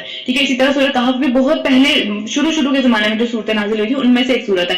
تو حضرت جعفر نے کیا کیا تھا کہ سورہ مریم میں سے کچھ آیات کی تلاوت کی تھی. تو ہوا یہ تھا کہ وہ آیات سن کے وہاں جتنے لوگ تھے ان سب کے ساتھ یہ والا معاملہ ہوا تھا کہ انہوں نے یہ بول اٹھے تھے کہ اللہ تعالیٰ ہمیں مان لائے اور ہمارا نام جو ہے وہ گواہی دینے والوں میں سے لکھے, اور وہ رونے لگ گئے تھے یہ بات سن کے. تو ان کی ایک طرح سے حوصلہ افزائی کرنے کے لیے, ان کو اپریشیٹ کرنے کے لیے اللہ تعالیٰ نے یہ والی آیتیں نازل فرمائی ہیں, ٹھیک ہے. تو یہ ساری بات کہ وہ دل سے قریب ہیں, وہ لوگ زیادہ قریب ہوں گے, یہ ساری کی ساری بات ان کے لیے, اسپیسیفکلی ان کے لیے ہے. اور آج بھی دنیا کے اندر ہم یہ چیز دیکھتے ہیں کہ ان کا دل اتنا سخت نہیں ہوتا, ٹھیک ہے. تو پھر کیا کہ وہ ایمان لے کے آتے ہیں, اور پھر کیا کہ ہمارے رب ہمیں سارے لوگوں میں شامل کر دے. اچھا, شاہدین کا ہم پڑھ چکے ہیں کہ شاہدین سارے انہوں نے مطلب اس بات کی خواہش ظاہر کی کہ اللہ تعالیٰ ہمیں بھی ان لوگوں کے ساتھ رکھیں, کیونکہ ان کو پتا تھا, وہ اپنی کتابیں بھی مان رکھتے تھے, اور ان کو پتا تھا ایک نبی اس طرح کا آنے والا ہے. جب انہوں نے اس نبی کا کلام سنا سورہ مریم کے اندر, ابھی آگے جا کے ہم پڑھیں گے سورہ مریم کے اندر ساری مختلف چیزیں جو ہیں وہ حضرت مریم کے بارے میں, عیسیٰ علیہ السلام کے بارے میں, ظاہر ہوتا ہے اس صورت میں بہت زیادہ ہے, لیکن یہ صورت مدنی دور کی صورت ہے, یہ مدینہ میں نازل ہوئی ہوئی ہے. تو اس ٹائم پہ تو ظاہر سی بات ہے مدینہ میں لوگ آئے ہی نہیں تھے, تو اس ٹائم پہ وہ والی صورت تھی, تو اس کی تلاوت حضرت جعفر نے کی تھی. تو پھر کیا ہوا کہ اچھا, اس کے بعد نبی صلی اللہ علیہ وسلم کی ایک اور حدیث اس کے اوپر آتی ہے کہ جس میں نبی صلی اللہ علیہ وسلم نے فرمایا کہ 3 قسم کی آنکھیں اس طرح کی ہیں جن کے اوپر جہنم کا دیکھنا حرام کر دیا گیا اللہ تعالیٰ کی طرف سے. ان میں سے ایک آنکھ وہ والی ہے جس کے اندر سے اللہ کے ڈر سے آنسو نکل آئے, اللہ کا کلام پڑھتے ہوئے اس کے اندر سے آنسو نکل آئے. پھر نبی صلی اللہ علیہ وسلم نے فرمایا کہ اللہ نے ایسا کلام نازل کیا ہے جس کی آیات ایک جیسی ہے. نبی صلی اللہ علیہ وسلم نے فرمایا یہ قرآن کے اندر ہے. پھر کیا کہ اللہ تعالیٰ نے ایسا کلام نازل کیا ہے کہ جس کی آیات ایک جیسی ہے, یعنی کہ ایک آیت دوسری آیت کی تشریح کرتی ہے. ایک آیت کا کچھ حصہ یہاں پہ ہوگا, ٹھیک ہے, پھر اس کی سمجھ میں نہیں آئے گی تو پورا قرآن پڑھیں گے تو اسی سے ریلیٹڈ کچھ اور حکم کہیں اور آیا ہوا ہوگا. جیسے کہ ہم نے شراب کے حکم کے بارے میں پڑھا ہے کہ وہ سورہ بقرہ کے اندر بھی ہے, سورہ نساء کے اندر بھی ہے, اور اس صورت کے اندر جو ہے وہ اس کا ایک فائنل حکم آئے گا کہ ہاں اب وہ حرام ہو گیا ہوا, ٹھیک ہے, یعنی کہ اس آخری زمانے کے اندر جا کے وہ حکم آیا تھا کہ اب بالکل حرام ہے یہ. تو مطلب ایک چیز جو ہے وہ دوسری چیز سے جڑی ہوئی ہے, اس طرح نہیں ہے کہ عجیب عجیب کوئی باتیں چل رہی ہیں, ٹھیک ہے. تو ایک آیت دوسری آیت کی تشریح کرتی ہے, ٹھیک ہے, اس کو سن کر اہل ایمان کے جسم کے رونگٹے کھڑے ہو جاتے ہیں, ٹھیک ہے, اور ان کا دل نرم ہو جاتا ہے, ان کی آنکھوں سے آنسو نکلنے لگ جاتے ہیں, ٹھیک ہے, اور وہ اس طرح سے نکلتے ہیں کہ اللہ کی یاد میں, اللہ کے ڈر سے ان کی آنکھوں سے آنسو نکلتے ہیں. تو اس طرح کا ان کا ایک رویہ ہوتا ہے قرآن کے اندر, اللہ تعالیٰ یہ بیان کرتے ہیں, ٹھیک ہے. پھر اس کے بعد کیا ہے کہ اللہ تعالیٰ نے جو ہے وہ ان کے اس قول کی وجہ سے, یعنی انہوں نے چونکہ یہ بات کہی, کبھی کوئی ایسی بات بھی ہوتی ہے اللہ تعالیٰ کو وہ بات ہی پسند آ جاتی ہے صرف, ٹھیک ہے, اس بات کی وجہ سے اللہ تعالیٰ اس کو جو ہے وہ صحیح راستے پر چلا دیتے ہیں اس بندے کو. تو باتیں, اچھی بات کی بہت زیادہ اہمیت ہے, بہت بڑی اہمیت ہے. مطلب ہم اس کو کنسیڈر ہی نہیں کرتے کہ چھوٹی سی بات ہے, لیکن کسی کو اچھی بات کہنا, ظاہری بات ہے, ہمیں پتا ہے نبی صلی اللہ علیہ وسلم کی حدیث ہے کہ اچھی بات کہنا بھی صدقہ ہے, ٹھیک ہے. صدقہ کیا ہوتا ہے؟ بلاؤں کو ٹالتا ہے, پتا ہے ہمیں. صدقے کا مقصد یہ ہے کہ وہ بلاؤں کو ٹال دیتا ہے, وہ زندگی میں برکتیں کرتا ہے, ٹھیک ہے. اس کے علاوہ زندگی جو ہے وہ ایک طرح سے اچھی طریقے سے گزرتی ہے. آخرت کے اندر بھی صدقہ کئی گنا بڑھ کے ہمارے سامنے واپس آئے گا. تو اچھی بات بھی ایک طرح سے صدقہ ہے. تو اس کی وجہ سے کیا ہوا کہ ان کے اس قول کی وجہ سے جو انہوں نے یہ اچھی بات کی, اللہ تعالیٰ کو بہت اچھی لگی یہ بات. اللہ تعالیٰ نے کیا کیا, اللہ تعالیٰ ان کو ایسی جنتیں عطا کرے گا جن کے نیچے نہریں بہتی ہوں گی, اور وہ اس میں ہمیشہ ہمیشہ رہیں گے. یہ جزا ہے نیک لوگوں کا, نیکی کا رویہ اختیار کرنے والوں کے لیے. اور رہے وہ لوگ جنہوں نے ہماری آیات کو انکار کیا تو انہیں جھٹلایا تو وہ جہنم کے مستحق ہیں. یعنی کہ ان میں سے بھی ظاہری باتیں سارے ایک جیسے نہیں ہیں. یہود کے بارے میں اللہ تعالیٰ کہتے ہیں کہ بہت سارے لوگ جو ہیں وہ ان کے اندر سے برے ہیں, لیکن کچھ اچھے بھی ہیں. لیکن ان کے بارے میں اللہ تعالیٰ کہتے ہیں کہ یہ مطلب ان میں موسٹلی زیادہ تر لوگ, اس میں کچھ لوگ جو ہے وہ ان کی مقدار زیادہ ہے اس بارے میں کہ جن کا دل نرم ہوتا ہے. کچھ لوگ ایسے ہیں جو کہ برے ہیں. پھر اس کے بعد کیا ہے کہ اس کال کی وجہ سے جو انہوں نے یہ بات کی, تو ہم نیک بات کرنا یا کسی کو اچھا مشورہ دینا یا کسی کے بارے میں اچھی بات کرنا, ان سب باتوں کے لیے جو ہے وہ نبی صلی اللہ علیہ وسلم کی ایک حدیث ہے جس میں اللہ تعالیٰ نے فرمایا, جس میں نبی صلی اللہ علیہ وسلم نے فرمایا کہ ایک چھوٹی سی بات, تم میں سے کوئی بندہ ایک جو ہے وہ چھوٹی سی اچھی بات کرتا ہے, وہ چھوٹی سی, ٹھیک ہے, تو وہ اچھی بات کرتا ہے, اور اس کو مطلب اس بات کا اندازہ بھی نہیں ہے کہ یہ بات کتنی دور تک اثر رکھے گی, یا یہ بات کتنی دور تک اللہ تعالیٰ اس کی کتنی قدر کرے گا اس چھوٹی سی بات کی, اس کو نہیں ہوتا اس بات کا اندازہ, ٹھیک ہے. تو وہ کیا کرتا ہے کہ اس کو اندازہ نہیں ہے کہ اس کا اثر کہاں تک جائے گا. حالانکہ یہ ہوتا ہے ایک چھوٹی سی اچھی بات کے بدلے میں کہ اللہ تعالیٰ جو ہے وہ اس دن سے لے کے اس دن تک جہاں تک کہ اللہ تعالیٰ اس سے ملاقات کرے گا, یعنی قیامت والے دن کی بات ہو رہی ہے, اسے اپنی رحمت میں لے آتا ہے, اسے ایک بات کی وجہ سے, ایک اچھی بات آگے پہنچانے کی وجہ سے, یا ایک اچھی بات کرنے کی وجہ سے. انہوں نے یہاں پہ ایک اچھی بات کی تھی, آگے نہیں پہنچائی تھی. انہوں نے ایک اچھی بات کی کہ یہ تو بالکل ٹھیک ہے, ہم کیوں نہ ایمان لے کے آئے اس چیز کے اوپر, تو بالکل صحیح بات ہے, ٹھیک ہے. تو اس بات کو اللہ تعالیٰ نے اتنا پسند کیا کہ اس کی وجہ سے ان کو جنتیں عطا کر دی ساری کی ساری. حالانکہ مطلب اس کا معاملہ جو بھی اللہ تعالیٰ کے ساتھ تھا ان کا معاملہ, لیکن بات یہ ہے کہ اس کال کی وجہ سے ان کے ساتھ ایسا ہوا. تو اس لیے اچھی بات کی جو اہمیت ہے وہ ہم اس کو اگنور نہیں کر سکتے کہ کوئی بات ہی نہیں ہے. ٹھیک ہے. پھر کیا کہ نبی صلی اللہ علیہ وسلم نے فرمایا, ایک سیکنڈ, اچھا ہاں, تو آگے چلتے ہیں. اس کے بعد یہاں پہ رکو ختم ہو جاتا ہے, رکو نمبر 11 اور رکو نمبر 12 انشاءاللہ سٹارٹ کرتے ہیں. اے لوگوں جو ایمان لائے, اب یہاں پہ پھر یا ایھا الذین آمنوا کی بات ہو رہی ہے. ہم نے پڑھا تھا اس صورت میں 16 دفعہ یا ایھا الذین آمنوا آئے گا, کیونکہ اس کے اندر بار بار اللہ تعالیٰ نے جو ہے وہ ایمان والوں سے خطاب کیا ہے, ایمان والوں کو ڈفرینٹ احکامات دیے ہوئے ہیں. تو یہاں پہ بھی ایک احکام آ رہا ہے ایمان والوں کے لیے. پھر کیا ہے کہ اے لوگوں جو ایمان لائے ہو, جو پاک چیزیں اللہ نے تمہارے لیے حلال کر دی ہے انہیں حرام نہ کر لو. یعنی اللہ تعالیٰ نے جتنی آسانیاں دی ہیں, جتنی جو ہے وہ کھلی چھوٹ دی ہوئی ہے, ان کو استعمال کرنا چاہیے. وہ اللہ تعالیٰ کا یہ احسان ہے ہمارے اوپر. تو اگر ہم اس کو مزید تنگ کرتے چلے جائیں گے تو ایک طرح سے ہم ناشکری کر رہے ہیں. اللہ تعالیٰ نے جتنی ہمیں چھوٹ دی ہوئی ہے اس کے اندر جانا چاہیے, ٹھیک ہے. تو اپنی مرضی سے چیزوں کو حرام نہیں کر لینا چاہیے اپنے اوپر کہ جی لوگ کہیں گے کہ جی یہ کس طرح کا, اسپیشلی اس طرح سے ہوتا ہے کہ لوگوں, ہمارے یہاں جو ایک ٹرینڈ ہے کہ جو بہت زیادہ سمجھا جاتا ہے کہ بھائی وہ جو ہے نا دین کے قریب ہے, اللہ کے قریب ہے, تو اس کے لیے ایک طرح سے جو ہے نا اس کو تو مطلب عورتیں اچھی لگنی ہی چاہیے, ٹھیک ہے. کہ فطرت کے اندر اللہ تعالیٰ نے چیزیں رکھی ہوئی ہیں, اور حلال طریقے سے اس کو حاصل کرنا, عورت سے شادی کرنا, یا جو ہے وہ مال کی محبت بھی اللہ تعالیٰ نے ہم نے پیچھے پڑھا ہے کہ دل کے اندر رکھ دی گئی ہے. وہ اللہ تعالیٰ ایڈمٹ کر رہے ہیں کہ ہاں رکھی ہوئی ہے دل کے اندر, ہر ایک کے دل میں. تو اس کو اب کہنا کہ بھائی نہیں یہ چیز تو اسلام کے بالکل خلاف ہے, ٹھیک ہے, دنیا سے دور, دنیا داری تو کر ہی نہیں سکتے اسلام کے ساتھ, تو یہ سب چیزیں صحیح نہیں ہے. اللہ تعالیٰ نے ہمیں ایک آسانی دی ہوئی ہے, ایک چھوٹ دی ہوئی ہے. جو چیز حلال ہے اس کو حلال طریقے سے کر سکتے ہیں, ٹھیک ہے, اور اس کو اسی کو جو ہے وہ ایک طرح سے اپنی جنت سنوارنے کا, اپنی آخرت سنوارنے کا ایک طرح سے ذریعہ بنا سکتے ہیں انہی چیزوں کو استعمال کرتے ہوئے جو کہ اللہ تعالیٰ نے حرام نہیں کی ہیں. اسی طرح لذیذ کھانے یا پھر آسائش کی زندگی, اپنی زندگی آسان بنانا, یہ سب چیزیں اللہ تعالیٰ کی ہمارے اوپر ایک رحمت ہے, ٹھیک ہے. اس پہ ہم کہیں جی کہ نہیں یہ تو جو ہے نا محنت ہی کرنی چاہیے بہت زیادہ, تو پھر ہی جو ہے وہ اسلام کے قریب ہوتے ہیں. نبی صلی اللہ علیہ وسلم جو ہے بڑی محنت والی زندگی گزارتے, تو ہاں ٹھیک ہے, بالکل صحیح بات ہے, وہ نبی صلی اللہ علیہ وسلم محنت والی زندگی میں گزاری ہے انہوں نے, لیکن بات یہ ہے کہ اللہ تعالیٰ نے جتنی آسانیاں دی ہیں, جتنا اللہ تعالیٰ نے ایک چھوٹ دی ہے, ایک دائرہ ہمارے لیے اگر اتنا بڑا ہے تو اس کو مزید تنگ نہیں کر لینا چاہیے اپنے اوپر, ٹھیک ہے. کیونکہ اللہ تعالیٰ نے کہا ہے کہ اللہ تعالیٰ زیادتی کرنے والوں کو پسند نہیں کرتا, سخت پورے رکھتے ہیں اللہ تعالیٰ کو زیادتی کرنے والے. جو اللہ تعالیٰ نے پابندیاں نہیں لگائی وہ اپنے اوپر لگانے کی کیا ضرورت ہے, ٹھیک ہے. اللہ تعالیٰ نے جو کھلا چھوٹ دی ہوئی ہے اس کو جو ہے وہ انجوائے کرنا چاہیے اس چیز کے ساتھ, بلکہ لیکن حلال طریقے سے, ٹھیک ہے. یہ نہیں ہے کہ اگر مال دیا ہوا تو اس کو جو ہے وہ اسراف کے اوپر یا دوسروں کو دکھاوے کے اوپر یا جو ہے وہ حرام چیزوں کے اندر لگانا شروع کر دیا اور کہیں اللہ تعالیٰ نے تو اجازت دی ہوئی ہے. ان چیزوں کی اجازت نہیں ہے. اسی طرح دونوں چیزوں کے درمیان میں رہنا ہے, کیونکہ دوسری چیز کیا ہے کہ اسراف ہے, کھلم کھلا آپ اتنا زیادہ خرچ کرنا شروع کر دو کہ جو ہے نا وہ مطلب شیطان کے بھائی بن جاؤ آپ, کیونکہ آگے جا کے ہم پڑھیں گے کہ جو بہت زیادہ فضول خرچیاں کرتے ہیں لوگ, وہ اللہ تعالیٰ نے کہا ہے کہ ان کا جو ساتھی ہے, ان کا جو دوست ہے وہ شیطان ہے, وہ شیطان کی طرح کے کام کر رہے ہیں سارے کے سارے. تو یہ دونوں چیزوں کے درمیان میں رہنا چاہیے, ٹھیک ہے. ادھر بھی ایکسٹریم پہ نہیں چلا جانا چاہیے, ادھر بھی ایکسٹریم پہ نہیں چلا جانا چاہیے, کیونکہ زیادتی کرنے والا اللہ تعالیٰ کو ناپسند ہے. اللہ تعالیٰ نے جتنا حکم دے دیا اس سے کم یا زیادہ اس کو بڑھائیں گے تو ہم زیادتی کرنے والوں میں شامل ہو جائیں گے. تو اس کے اندر رہ کے اچھے طریقے سے اللہ تعالیٰ کی شکر ادا کرتے ہوئے ان سب چیزوں کو استعمال کرنا چاہیے, ٹھیک ہے. کہ جو کچھ حلال اور طیب زمین رزق کے اندر تم لوگوں کو دیا ہے اللہ تعالیٰ نے, اسے کھاؤ پیو اور موجے کرو. مطلب اتنا کوئی پریشان ہونے والی کیا بات ہے کہ یہ چیز نہیں کھا سکتے, وہ چیز نہیں کر سکتے, یہ چیز حرام ہے, وہ چیز اپنی طرف سے نہیں باتیں کرنی چاہیے. اور پھر کیا ہے, اللہ اس خدا کی نافرمانی سے بچتے رہو جس پر تم ایمان لے کے آئے ہو, ٹھیک ہے. تو یعنی کہ اللہ تعالیٰ نے جتنی بھی آسائشیں دین کے اندر دی ہوئی ہیں وہ ہمارا حق, مطلب ہمیں اللہ تعالیٰ نے ایک طرح سے اس کا احسان کیا اور اس کو یوز کرنا, اس کے اوپر سے ایک طرح سے اس سے فائدہ اٹھانا ہمارا حق ہے, ٹھیک ہے. تو اس کو کر سکتے ہیں. اس کو برا سمجھنا سوسائٹی کے اندر یہ سب چیزیں غلط ہیں. پھر کیا ہے, اس کے اندر ایک بہت کامن سی جو بات ہے وہ یہ ہے کہ اللہ تعالیٰ نے ہمیں مطلب آزادی دی ہے اس چیز کی کہ ہم جہاں مرضی چاہیں شادی کر سکتے ہیں, لیکن ہماری سوسائٹی اس طرح کی ہے کہ بھئی اس کاسٹ کے اندر شادی نہیں کر سکتے, اس کاسٹ کے اندر شادی نہیں کر سکتے, ٹھیک ہے. یہ بہت کامن سا مسئلہ ہے جو کہ ہم سب نے بہت زیادہ میرے خیال ہے فرسٹ ہینڈ دیکھا ہے اس کو اپنی زندگیوں میں پاکستان میں رہتے ہوئے. تو کیا ہے کہ یہ ساری چیزیں جو ہیں یہ آپ نے خود اپنے اوپر پابندیاں لگائی ہیں, اللہ تعالیٰ نے پابندی نہیں لگائی آپ کے اوپر, ٹھیک ہے. تو اس کی بیسس پہ, ذات کی بیسس پہ کسی کو, یا دین کا مطلب ہے کہ سیکس کی بیسس پہ, سیکس کی میں بات کر رہی ہوں کہ جو وہ ہوتے ہیں کیا کہتے ہیں سیکس کو اردو میں, فرقوں کی بیسس پہ, ٹھیک ہے. اس طرح کی بیسس کے اوپر جو ہے وہ فیصلے کرنا یہ چیزیں ٹھیک نہیں ہے. یہ ہم نے خود پابندیاں لگائی ہیں اپنے اوپر, اپنا سرکل خود چھوٹا کر لیا ہے. پھر کیا ہے, نبی صلی اللہ علیہ وسلم نے فرمایا, نبی صلی اللہ علیہ وسلم نے فرمایا, سوری ان کی حدیث ہے ایک, کہ کیا ہوا کہ کچھ لوگ جو تھے وہ آپ صلی اللہ علیہ وسلم وہاں موجود نہیں تھے ایک جگہ پہ, تو وہاں پہ جو ہے وہ کچھ لوگ آئے اور انہوں نے پوچھا کہ آپ کس طرح سے آپ وسلم جو ہے وہ عبادت کیا کرتے تھے. تو لوگوں نے بتایا کہ بھائی آپ وسلم جو ہے وہ روزے رکھتے تھے اور نمازیں پڑھتے تھے اور اس طرح سے سارا کچھ نا جو بھی بتایا. تو کیا ہوا کہ انہوں نے نا سمجھا کہ یہ چیزیں کم ہیں, مطلب یہ تو اللہ تعالیٰ کے قریب ہونے کے لیے تھوڑی کم چیزیں ہیں, اس میں آسانی زیادہ لگ رہی ہے. تو انہوں نے کہا کہ نبی صلی اللہ علیہ وسلم کا تو معاملہ ہم سے الگ ہے, تو کیونکہ ان کو تو یعنی اگلے پچھلے گناہ سارے معاف ہیں ان کے, وہ تو ایسے بھی گناہ نہیں کرتے, کوئی مسئلہ نہیں ہے. تو ہمیں شاید ان کو ایسا لگا کہ شاید ہمیں جو ہے نا اس سے بھی زیادہ آگے جانا چاہیے, یعنی جو چیز جو آسانیاں اللہ تعالیٰ نے دی ہیں ہمیں ان کو ختم کر کے اس سے بھی آگے بڑھ جانا چاہیے.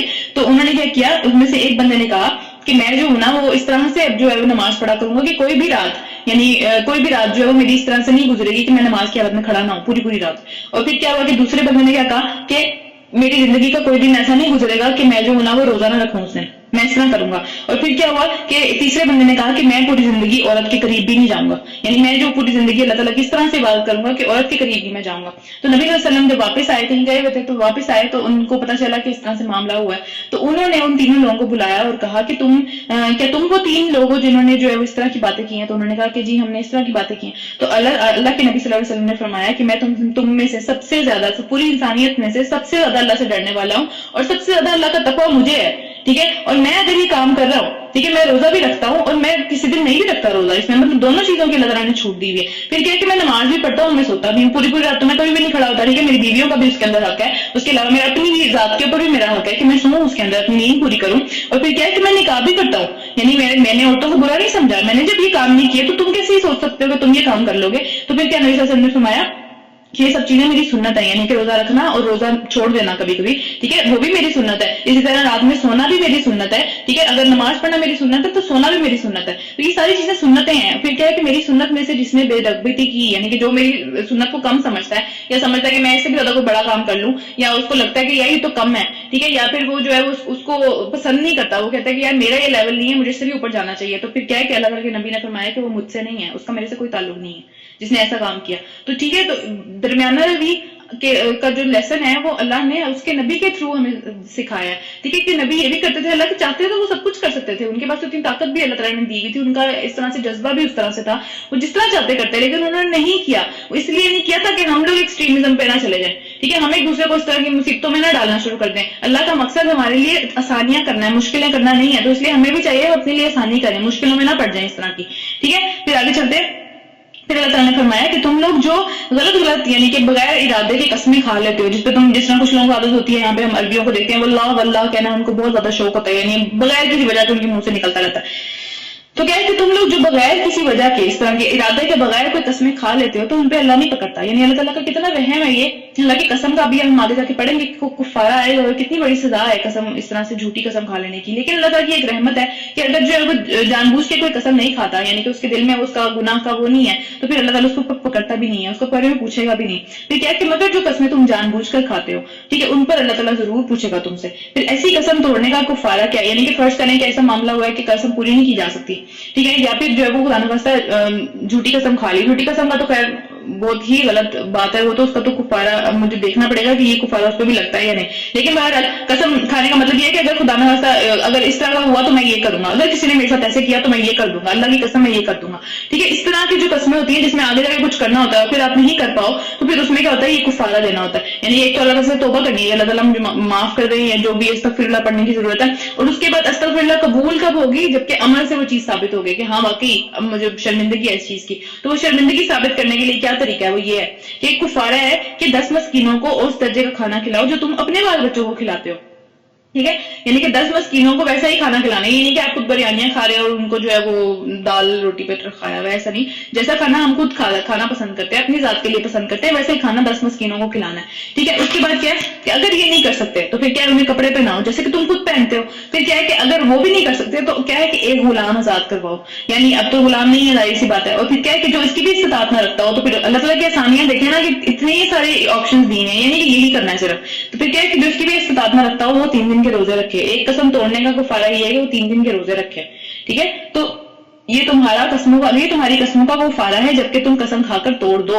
اپنی قسموں کی حفاظت کیا کرو، یعنی کہ ایسا نوبت ہی نہ آئے کہ توڑنی پڑے، لیکن اپنی قسموں کی حفاظت پہلی جگہ پہ یہ ہے، ٹھیک ہے. پھر کیا کہ اسی طرح اللہ اپنے احکام تم پر واضح کرتا ہے شاید کہ تم شکر کرو، ٹھیک ہے. اس میں شکر والی کیا بات ہے، یہ تو ایک مصیبت آ رہی ہے ہمارے اوپر کہ بھئی اچھا قسم توڑنے پہ جو ہے وہ کرنا پڑے گا، کفارہ بھی دینا پڑے گا. تو شکر کی بات یہ ہے کہ دنیا میں ہی دے دیں گے نا کفارہ، اوپر جا کے تو نہیں دینا پڑے گا، ٹھیک ہے. یہ کوئی چھوٹی چھوٹی باتیں تو نہیں ہے. 3 روزے رکھنے پڑے ہیں آپ کو روزانہ، مطلب ہر قسم کے اوپر. آج تک سوچیں کتنی قسمیں تھوڑی ہیں، ٹھیک ہے، ان کے اوپر جو ہے وہ 3 روزے رکھنے پڑے ہیں ایک کے اوپر. تو کتنا بڑا مسئلہ ہے یہ، ٹھیک ہے. اللہ کا یہ کرم ہے کہ اللہ نے دنیا کے اندر ہی ہمیں بتا دیا، آج ہمیں پتہ چل گیا کہ یہ مسئلہ ہے، یہ کوئی چھوٹی موٹی بات نہیں ہے، یہ بہت بڑا مسئلہ ہے، ٹھیک ہے. تو کیا ہے کہ اس کو جو ہے وہ دنیا میں ہی صحیح کر لیں، اس غلط قسمیں کھانا، جھوٹی قسمیں کھانا کو دنیا میں ہی چھوڑ دیں تاکہ اوپر جا کے اس کے اوپر مسئلہ نہ پڑے. پھر کیا ہے کہ آصف وسلم کی حدیث آتی ہے اس بارے میں کہ نبی صلی اللہ علیہ وسلم نے فرمایا کہ جس نے جان بوجھ کر بڑی تاکید کے ساتھ، یعنی پورے اپنے زور و شور کے ساتھ، یہ نہیں کہ اس نے کوئی اس سے کسی نے زبردستی کر لیا تھا یا کچھ اس طرح نہیں، ٹھیک ہے. اس نے جان بوجھ کے جو ہے وہ بڑی تاکید کے ساتھ جھوٹی قسم کھائی، اس نے اپنا چہرہ آگ کے حوالے کر دیا، یعنی وہ اپنا ٹھکانہ آگ میں ڈھونڈ لے. پھر کیا ہے کہ دوسرا ایک اور حدیث میں نبی صلی اللہ علیہ وسلم نے فرمایا کہ کوئی شخص ایسا نہیں ہے جس نے میرے منبر کے پاس جھوٹی قسم کھائی، یعنی کہ میرے ارد گرد ہوتے ہوئے کوئی بھی جھوٹی قسم کھائی اور پھر کیا ہوا، چاہے وہ ایک مسواک کے لیے ہی ہو، یعنی کہ اس نے اس بات پہ جھوٹی قسم کھا لی کہ یہ مسواک میری ہے، ٹھیک ہے، اس طرح کی باتوں پہ. تو اتنی چھوٹی سی بات کے اوپر بھی اگر اس نے کوئی جھوٹی قسم کھائی ہے، حتیٰ کہ اس نے اپنا ٹھکانہ جہنم میں بنا لیا. تو نبی صلی اللہ علیہ وسلم کی حدیثیں ہیں، تو اس لیے قسموں کے بارے میں بہت زیادہ جو ہے وہ کانشیس رہنا چاہیے. یہ کوئی چھوٹی موٹی باتیں نہیں ہیں، اور ہمیں پتہ ہے کہ اس طرح کی جو معاملات ہیں وہ منافقت کے اوپر بھی لے کے جاتے ہیں انسان کو. تو آگے چلتے آگے یہاں پہ یہ والی جو آیت آ رہی ہے وہ ہے شراب کا آخری حکم. ٹھیک ہے. تو آخری حکم جو ہمارے پہ بھی لاگو ہوتا ہے، آج تک ہم پہ بھی چلتا چلا آ رہا ہے، وہ یہی حکم ہے کہ اے لوگوں جو ایمان لائے ہو، پھر سے یا ایھا الذین آمنو، اے لوگوں جو ایمان لائے ہو، یہ شراب اور جوا دونوں کی بات ہو رہی ہے. دیکھیے گیملنگ کی بھی بات ہو رہی ہے اور شراب کی بھی بات ہو رہی ہے، اور یہاں پہ شراب کا لفظ استعمال نہیں ہوا، خمر کا لفظ استعمال ہوا ہے. یہ صرف شراب کا لفظ استعمال نہیں ہوا، خمر کا لفظ استعمال ہوا ہے. خمر بیسیکلی کہتے ہیں ایسی کوئی بھی چیز جو کہ عقل کو ڈھانپ دے، ٹھیک ہے، یعنی کہ جس سے آپ کلیئرلی سوچ نہ سکو. یہ ضروری نہیں ہے کہ آپ جو نشے میں دھوتوں کے کہیں گرے پڑے ہوئے ہو، یہ ضروری نہیں ہے، ٹھیک ہے. ہر ایسی چیز جو کہ عقل کو ڈھانپ دے، جس سے آپ کلیئرلی سوچ ہی نہ سکو، آپ کو پتہ نہ چلے کہ کیا کرنا چاہیے اور کیا نہیں کرنا چاہیے. بے شک آپ پورے ہوش و حواس میں ہو، آپ جو دنیا میں چلتے پھرتے جا رہے ہو، لیکن کچھ لوگ ہم دیکھتے ہیں دنیا کے اندر چلتے پھرتے جا رہے ہوتے ہیں لیکن وہ ہائی ہوئے ہوتے ہیں، کہیں اور ہی کسی دنیا کے اندر مست ہوتے ہیں وہ، ٹھیک ہے. تو وہ بھی ایک ایکسٹریم لیول پہ چلی جاتی ہے بات. لیکن کوئی بھی ایسی چیز جو کہ عقل کو ڈھانپ دے، ٹھیک ہے، جس سے جو ہے وہ آپ اس دنیا کے اصلیت کو تھوڑی دیر کے لیے اس سے تھوڑا دور چلے جاؤ، تو وہ ساری کی ساری چیزیں جو ہیں وہ خمر کہلاتی ہیں. ٹھیک ہے، یہاں پہ شراب کا لفظ استعمال نہیں ہوا ہوا، ہر اس چیز کے بارے میں بات ہو رہی ہے جو کہ عقل کو ڈھانپ دے. ٹھیک ہے، تو خمر کا لفظ استعمال ہوا، اس کو یاد رکھنا ہے، خمر کا لفظ بڑا ضروری ہے یہاں پہ. اچھا، اس کے بعد کیا کہ خمر جو ہے وہ خمر سے ہی ریلیٹڈ ایک اور لفظ ہے، اس کا مطلب کیا ہوتا ہے کہ عورت کی چادر کو کہتے ہیں خمر. ٹھیک ہے، یعنی کہ جب حجاب نازل ہوا تھا تو اس کے اندر حجاب کا لفظ نہیں آیا ہوا، خمر کا ہی لفظ آیا ہوا، کیونکہ وہ ڈھانپ دیتا ہے، عورت کو ڈھانپنے والی چیز جو ہے اس کی بات ہو رہی ہے. ٹھیک ہے، حجاب کی بات نہیں ہو رہی، صرف ہیڈ کور کی بات نہیں ہو رہی تھی. ٹھیک ہے، آگے جا کے ہم پڑھیں گے سورہ نور کے اندر بھی ہے اور سورہ احزاب کے اندر بھی ہے کہ جو لفظ آئے گا اس کور کرنے کے لیے وہ اس سے ریلیٹڈ آئے گا کہ کور کرے پورا کا پورا اپنے آپ کو. ٹھیک ہے، یہ نہیں ہے کہ صرف سر کور کرنا ہے یا جسم کور کرنا ہے یا کیا کرنا ہے، پورا کور کرنا ہے. اچھا، اس کے بعد کیا ہے، تو یہ خمر کا لفظ یاد رکھنے کی ضرورت ہے. اچھا، اس کے بعد کیا ہے جی کہ اس کے بارے میں ہم کچھ پہلے پورا پڑھ لیں پھر حدیث پڑھیں گے اس کے بارے میں کہ اے لوگوں جو ایمان لائے ہو، یہ شراب اور جوا یعنی دونوں چیزوں کی اکٹھی تینوں دفعہ، جو پہلی دفعہ بات ہوئی ہے سورہ بقرہ کے اندر ہوئی ہے، وہاں پہ بھی سیم بات. ٹھیک ہے، الخمری والمیسر، خمری والمیسر، خمرو کیا ہے، شراب کی بات ہو رہی ہے، یعنی کہ کوئی بھی اس طرح کا نشہ آور کسی بھی چیز کی، اور میسر جو ہے بیسیکلی جوئے کو کہتے ہیں. کسی بھی چیز کے اوپر آپ جوا لگاؤ، کسی بھی سینس میں، گیمبلنگ کسی بھی سینس میں ہو سکتی ہے. ٹھیک ہے، ضروری نہیں ہے کہ سامنے بیٹھ کے جو پوکر کھیلتے ہوئے کوئی جوا لگ رہا ہے، ہر طریقے سے جہاں سے بھی آپ کے پاس اس طرح کی منی آ رہی ہے جو جس کے اوپر آپ نے جو ہے وہ ایفرٹ نہیں کی اور ایک طرح سے لک سے نکل رہی ہے وہ، ٹھیک ہے، تو وہ ساری کی ساری چیزیں میسر کے اندر آتی ہیں. ٹھیک ہے، کہ اس کے ذریعے ہاں اور اس کے علاوہ اس کو اللہ تعالیٰ نے ایک طرح سے ساتھ کیا ہے بتوں کے، کہ یہ شراب جوا اور یہ بت، ٹھیک ہے، اور یہ جو ہے وہ فال نکالنے کے لیے تیر. میں نے آپ کو پہلے بھی بتایا تھا، ہم نے پیچھے بھی پڑھا تھا، یہ 2 دفعہ ہم پڑھ چکے ہیں اسی طرح کی آیت کہ کیا ہے کہ یہ والی جو چیزیں تھیں یہ لوگ اپنی قسمت کا حال معلوم کرنے کی کوشش کرتے تھے کہ یار کیا ہوگا فیوچر میں، کیا ہوگا، ہاتھ دکھانا یا کسی سے ستاروں کا حال معلوم کرنے کی کوشش کرنا، ہوراسکوپ کے اوپر بلیو کرنے کی کوشش کرنا کہ یار آج میرے ساتھ یہ ہونے والا ہے. ٹھیک ہے، یہ ساری کی ساری چیزیں ان سب کی بات ہو رہی ہے. اللہ تعالیٰ کہتے ہیں یہ سب کے سب شیطانی گندے کام ہیں، یہ مطلب اچھی باتیں نہیں ہے، یہ بہت گندی بات ہے. ٹھیک ہے، ان سے دور رہنا چاہیے. پھر کیا، ان سے پرہیز کرو، امید ہے کہ تمہیں فلاح نصیب ہوگی. شیطان تو چاہتا ہی یہ ہے کہ شراب یعنی کہ اس طرح کے نشہ ور کسی چیز سے اور جوئے سے تمہارے درمیان میں عداوت یعنی کہ دشمنی اور بغض ڈال دے، تم ایک دوسرے سے جیلس ہونا شروع ہو جاؤ. ٹھیک ہے، یعنی شراب کا مطلب کیا ہے، شراب پی کے لوگ لڑتے ہیں، ہمیں پتہ ہے اس بات کا، ہم یہاں پہ دیکھ کے رہے کہ یہ چیزیں بہت زیادہ دیکھتے ہیں. ٹھیک ہے، شراب پی کے الٹی گالیاں دے رہے ہوتے ہیں ایک دوسرے کو. ٹھیک ہے، اور ڈفرنٹ اپنی ماں بہن کے ساتھ ہی لگے ہوئے ہوتے ہیں، ان کو سمجھ ہی نہیں آتی کہ کرنا کیا نہیں کرنا. پھر ظاہر سی بات ہے جب ہوش میں آتے ہیں تو لڑائیاں ہوتی ہیں اس بات کے اوپر. تو یہ ساری کی ساری چیزیں کیا ہے، شیطان کے کام ہے. پھر اس کے بعد کیا ہے کہ جوئے کے ساتھ بھی یہی ہوتا ہے. ٹھیک ہے، ایک بندہ جو ہے وہ اپنے سارے پیسے اس کے اندر لگا کے بیٹھ گیا ہے اور اس کے بعد اس کا وہ نکلا نہیں ہے، تو جس کو وہ آرام سے پیسے مل گئے ہیں اس کو کتنا غصہ آتا ہے اس کے اوپر کہ بھئی مطلب اس نے کچھ بھی نہیں کیا اور اس کی قسمت کے حال کے اوپر صرف اس کو یہ مل گیا ہے، تو ابھی اس کے اوپر اترا رہا ہے یا جتا رہا ہے یا کچھ بھی. ٹھیک ہے، پھر اس کے اوپر پراؤڈ ہو رہا ہے، تو اس کے اوپر بھی کیا ہوتا ہے کہ لوگ ایک دوسرے کی جان کے اوپر آ جاتے ہیں. تو یہ ساری کی ساری چیزیں شیطان کی چیزیں ہیں جس کی وجہ سے وہ کیا چاہتا ہے کہ لوگ آپس میں ایک دوسرے سے نفرتیں کرنے لگ جائیں، فساد پھیلنے لگ جائے، لوگ قتل و غارت کے اوپر آ جائیں. ٹھیک ہے، یہ ساری کی ساری چیزیں. اور پھر کیا ہے کہ سب سے بڑی بات یہ ہے، دنیا میں تو سب کچھ ہوتا ہے، اور سب سے بڑی بات یہ کہ اللہ کی یاد سے تمہیں روک دیں وہ، اور نماز سے روک دیں، یعنی نماز اللہ کی یاد ہے تو اللہ تعالیٰ کی یاد سے وہ تمہیں روک دیں ان سب چیزوں کی وجہ سے. کیونکہ پیچھے حکم آ چکا ہے سورہ نساء کے اندر کہ جب تم شراب کی حالت میں ہو تو نماز کے قریب نہ جاؤ.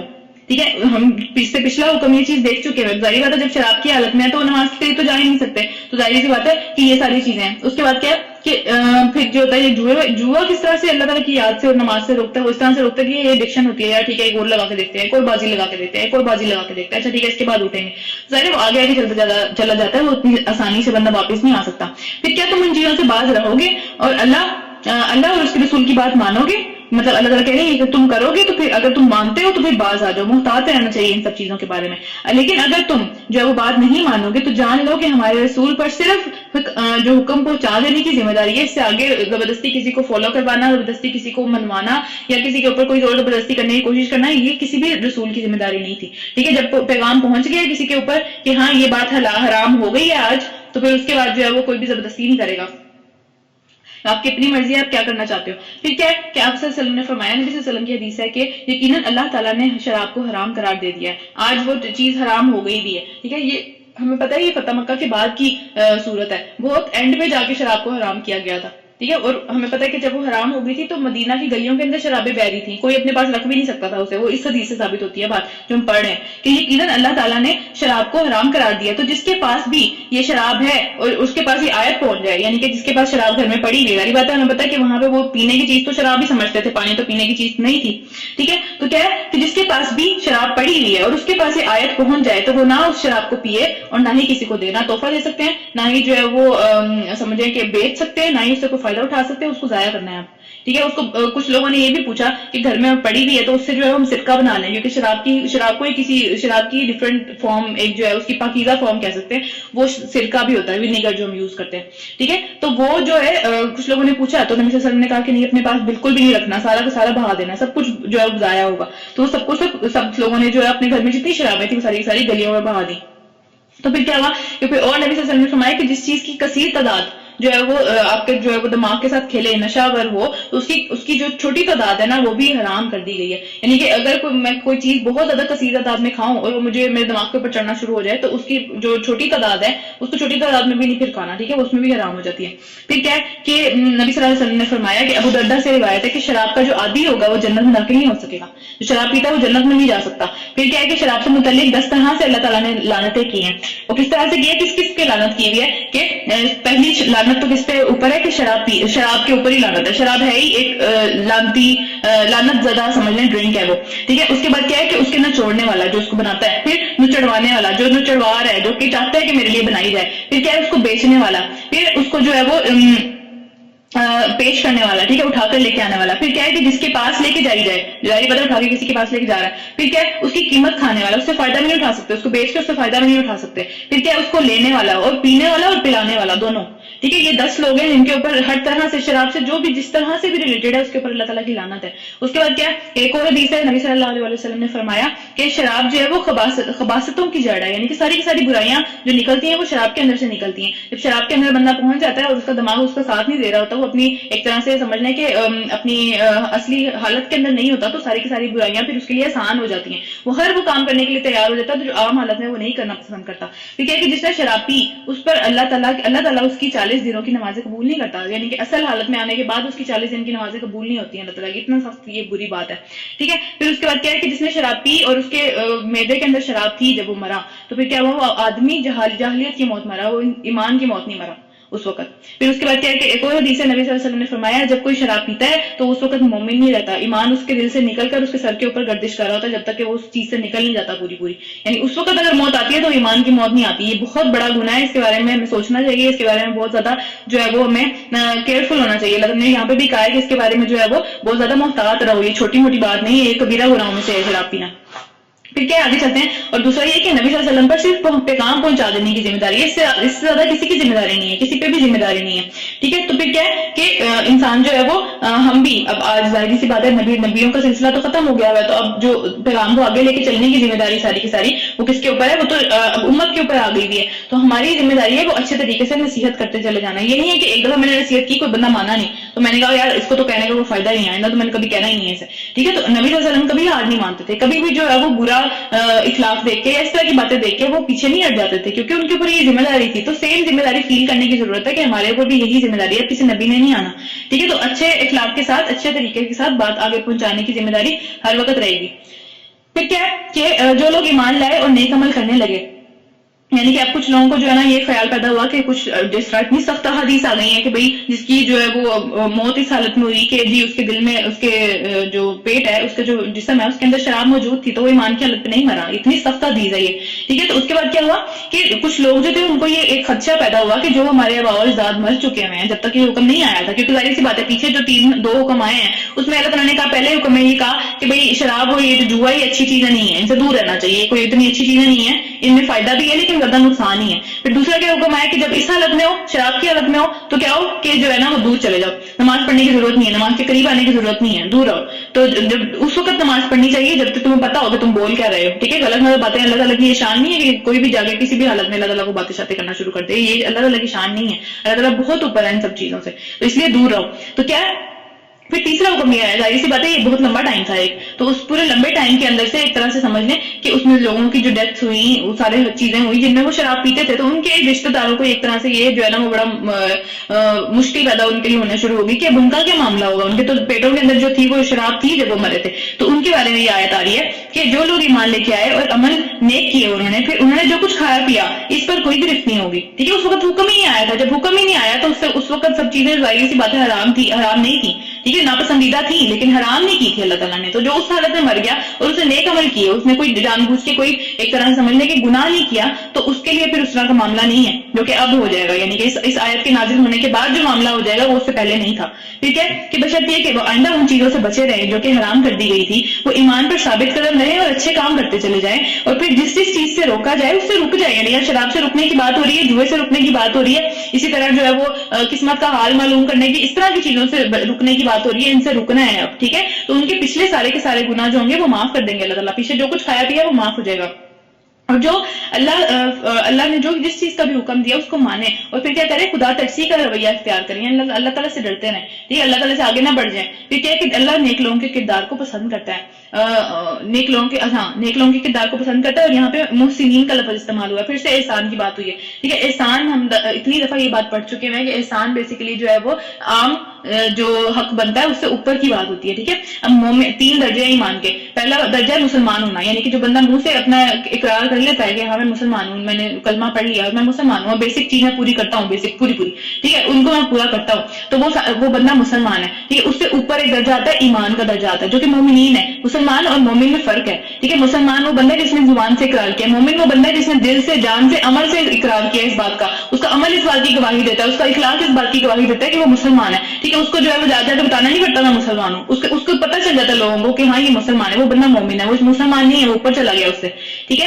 تو دوسرا درجہ جو ہے وہ بیسیکلی مومن کا درجہ, اور تیسرا اور سب سے اونچا درجہ جو ہے وہ احسان کا درجہ, محسنین کا درجہ. وہ کیا کرتے ہیں کہ وہ یہ نہیں کرتے کہ جو ہے نا ہاں ٹھیک ہے ہمارے عمل سے بھی پتہ چل رہا ہے, اس سے بھی پتہ چل رہا ہے, وہ عمل سے پتہ چلنے کے باوجود اتنا اونچا جا کے کام کرتے ہیں کہ اس اونچے جا کے جو کام کرتے ہیں اس کا صرف اللہ کو پتا ہوتا ہے, وہ دنیا میں کسی کو پتا نہیں چلتا, ٹھیک ہے. وہ اتنی بھلائی کرتے ہیں لوگوں کے ساتھ بھی اور اللہ کے ساتھ بھی, ٹھیک ہے. ہر چیز میں بہت آگے کو نکلے ہوئے ہوتے ہیں وہ, ٹھیک ہے. ظاہر سی بات ہے ہر بندے کا ایک کیلیبر ہوتا ہے جس کے مطابق وہ آگے کو جا سکتا ہے, ٹھیک ہے. لیکن بات یہ ہے کہ ایک کامن سی بات ہوتی ہے جس کو اچھا سمجھا جاتا ہے ایک سوسائٹی کے اندر, تو وہ اس اچھے سوسائٹی کے اندر جو سمجھے جانے والی چیز ہوتی ہے اس سے بھی کہیں آگے نکلے ہوئے ہوتے ہیں. وہ جتنا حق ہوتا ہے اس سے بڑھ کے دیتے ہیں لوگوں کو بھی, اور اللہ کا بھی جتنا, اللہ کا تو حق خیر ہم ادا کر ہی نہیں سکتے, لیکن یہ کہ عام لوگ جتنا ادا کرتے ہیں اللہ کا حق وہ اس سے بھی آگے بڑھے ہوئے ہوتے ہیں. تو یہ لوگ محسنین ہیں, ٹھیک ہے. اللہ تعالیٰ ہم سب کو ان لوگوں میں سے کریں جو کہ محسنین کے درجے پہ پہنچ جائے, ٹھیک ہے.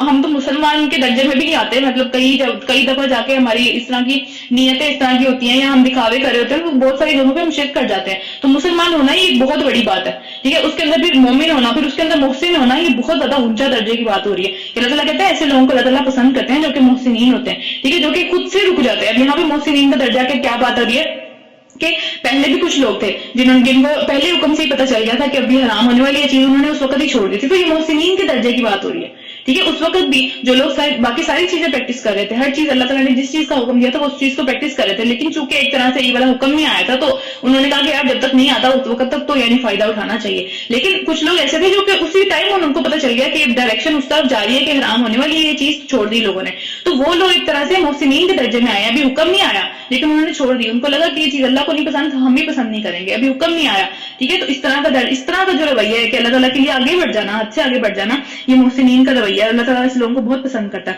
یہاں پہ رکو ختم ہو رہا ہے, رکو نمبر 12, 13واں رکو سٹارٹ کرتے ہیں. اے لوگوں جو ایمان لائے ہو, پھر سے یا ایھا الذین آمنوا, اس نے تمہیں اللہ تعالیٰ نے مطلب اللہ تعالیٰ کا وعدہ ہے کہ اللہ تعالیٰ کیا کریں گے، شکار کو تم لوگوں کو شکار تمہارے سامنے لے کے آ کے، تمہارے مطلب سمجھے کہ بالکل ہاتھوں اور نیزوں کی زد کے اندر لے کے آ کے شکار کو جو ہے تمہیں بہت شدید آزمائش میں ڈال دیں گے اللہ تعالیٰ.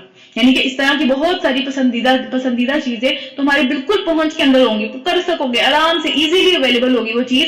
اور لیکن کیا ہوگا کہ اللہ تعالیٰ اس سے تمہیں آزمائش میں ڈالیں گے کہ اب تم اللہ سے ڈرتے ہو یا نہیں ڈرتے. اللہ تعالیٰ دیکھے گا کہ تم مجھ سے ڈرتے ہو یا نہیں ڈرتے.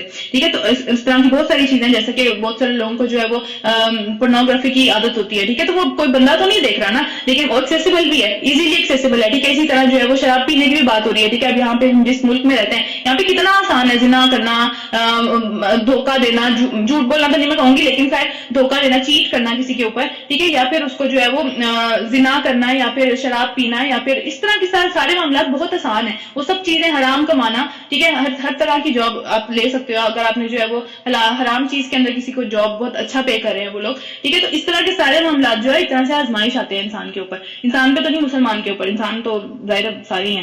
تو اس کے اوپر اللہ تعالیٰ کا وعدہ ہے یہ کہ وہ سب چیزیں تمہاری پوری ایکسیس کے اندر ہوں گی. ہر چیز جو ہے وہ دنیا میں اس طرح کے معاملات آئیں گے کہ جب وہ بہت ہی اس وقت ضرورت بھی ہوگی اس کی، یعنی کہ جاب نہیں ہے لیکن کسی ایسی جگہ پہ جاب لگ رہی ہے جو کہ مسئلہ ہے جہاں پہ.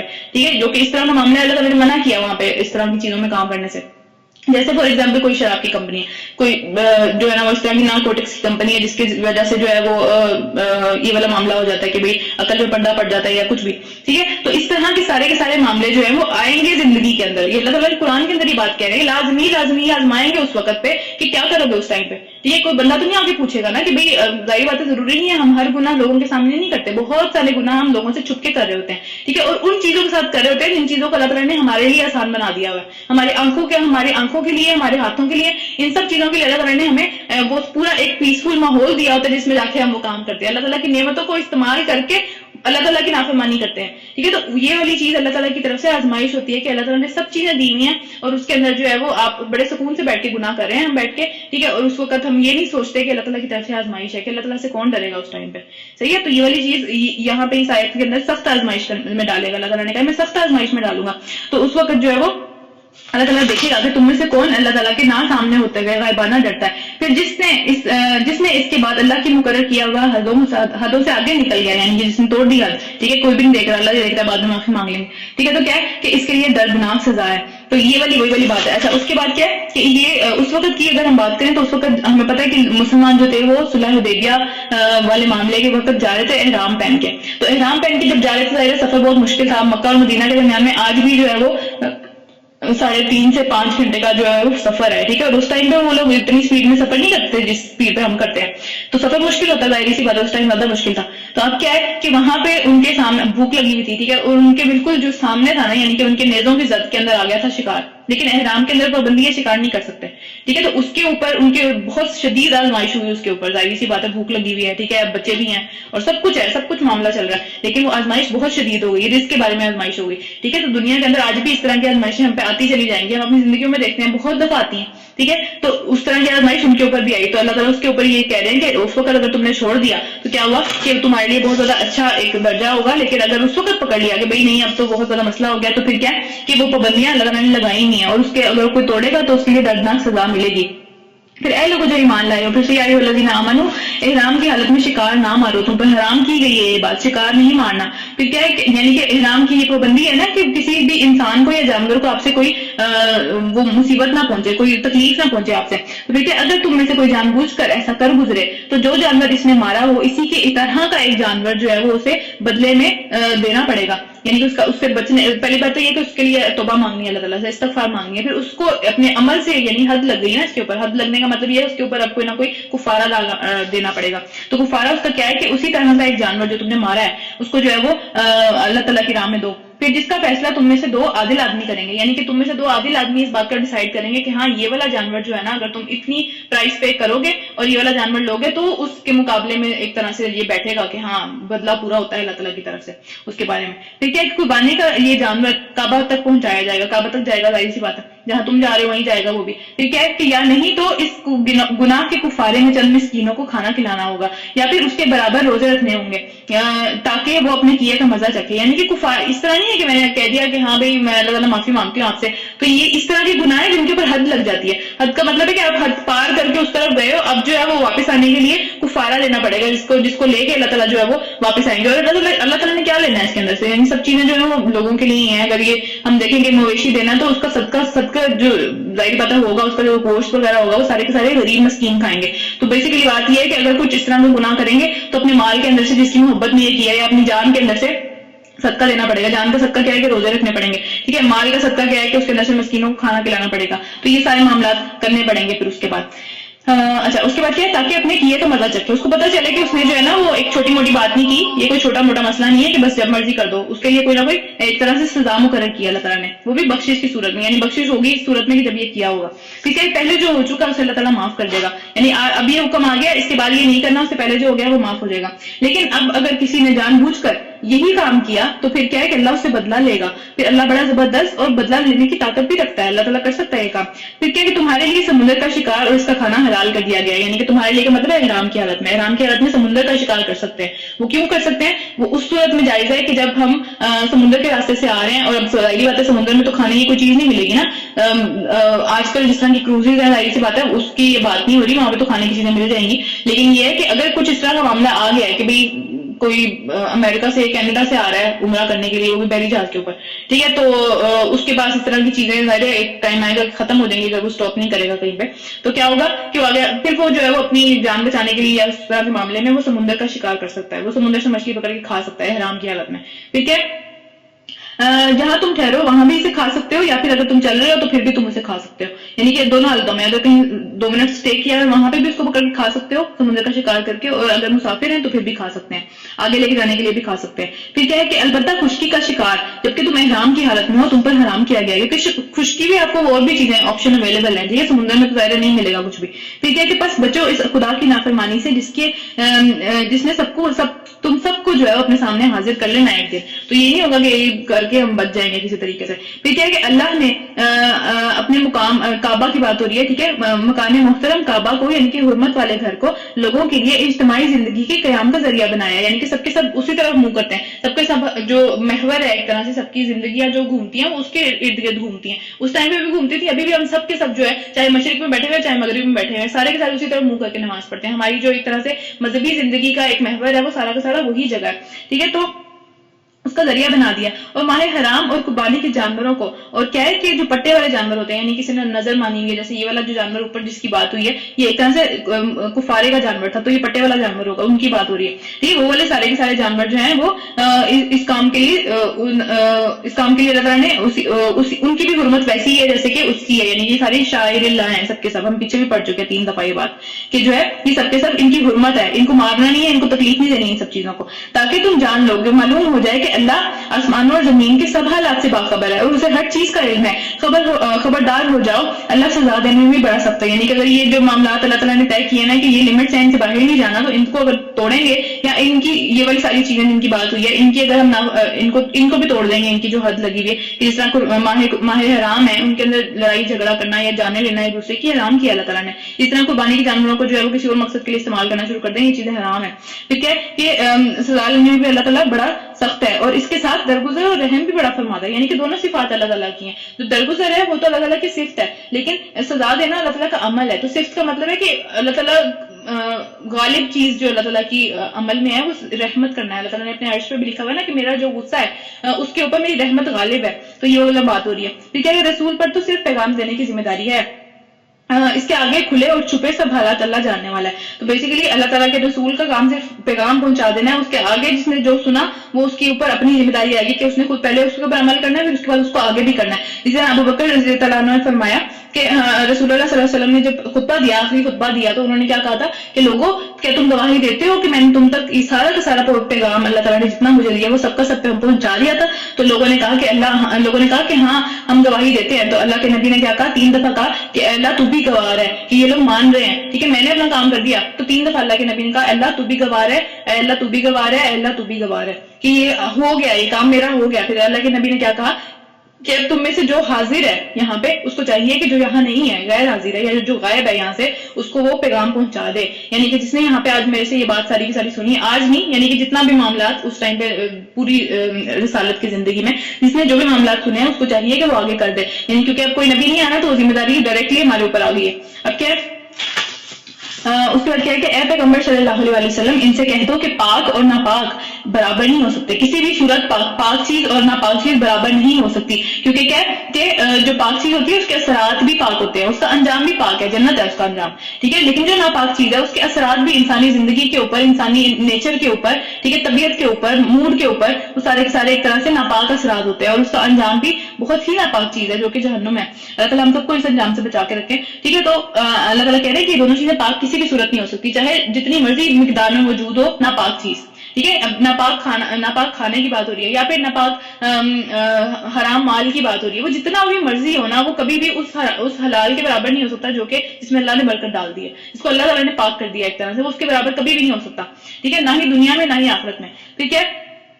کیوں اس کے برابر نہیں ہو سکتا؟ کیونکہ اس کو کھانے سے جو برکات اللہ تعالیٰ زندگی میں دیتے ہیں، زندگی میں برکت آتی ہے، ٹھیک ہے، صحت میں برکت آتی ہے، اولاد میں برکت آتی ہے، ہر چیز کے اندر، گھر کے اندر برکت آتی ہے، سکون آتا ہے، لڑائی جھگڑا ختم ہوتا ہے انسان کا، ٹھیک ہے، بہت ساری رحمتیں اللہ تعالیٰ کی اس کے تھرو نازل ہوتی ہیں. تو جو حرام مال ہے اس کی چاہے کتنی مرضی کثرت ہو وہ کام کر ہی نہیں سکتی جو کہ حلال تھوڑا سا کر دیتا ہے، ٹھیک ہے. تو اس کی بات یہ ہو رہی ہے کہ دونوں برابر نہیں ہو سکتے کسی بھی صورت. تو خواہ ناپاک کی بہت زیادہ مقدار تمہارے پاس موجود ہو اور تمہیں اچھی بھی لگتی ہو کہ ہاں بہت زیادہ ہونا چاہیے، اتنا ہی ہونا چاہیے، اتنا کافی رہے گا، تو وہ بھی پھر بھی وہ کافی نہیں ہو پائے گا.